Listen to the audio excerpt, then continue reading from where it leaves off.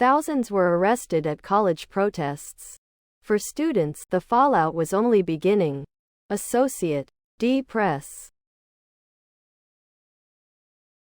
Since her arrest at a protest at the University of Massachusetts, Annie McGrew has been pivoting between two sets of hearings. One for the misdemeanor charges she faces in court, and another for violations of the college's conduct code. I never imagined this is how UMass administration would respond. While some colleges ended demonstrations by striking deals with the students, or CMPLY waited them out, others called in police when protesters refused to leave. Below are your comments. Your journey through life is about constantly making choices, both big and small ones, and knowing here are consequences for each decision.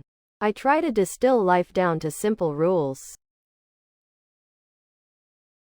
Don't go where you shouldn't go, and don't do what you shouldn't do. The easier thing to remember is to always choose the truth or to always do the right thing. It is on you and you alone to be held accountable to each of your choices. Yes, you get away with countless bad choices. But ensuring that one doesn't get arrested in their life seems quite easy. And yet nearly 1/3 of working American adults has a criminal record. To me that is baffling. I went on my share of Greenpeace marches in college, each one of those peaceful. If you see people really getting agitated and start throwing things or being defiant, then you should take a hint that maybe you want to step aside instead. Consequences are frequently lifelong. Choose wisely. Always. Decisions equals consequences. Students made the choice.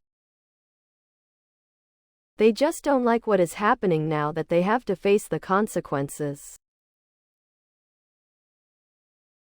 For many of these overgrown children, it's probably the first time they've had to face consequences for their actions. Zero sympathy, and no, I don't care if this follows this around for the rest of our lives.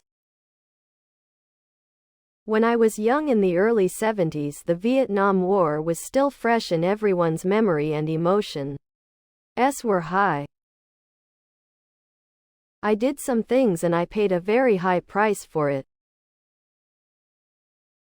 I subsequently made up for it when I realized that I was originally protesting for the wrong side. I really thought that the hippies and radicals were right. I was wrong and I admit it. I even voted for Obama in 2008. I was wrong. Just want what is best for my grandchildren and yours too. If we sat down at a picnic table and talked, we would probably find out that we share much more in common, but the men behind the curtain want us to fight each other rather than fight them.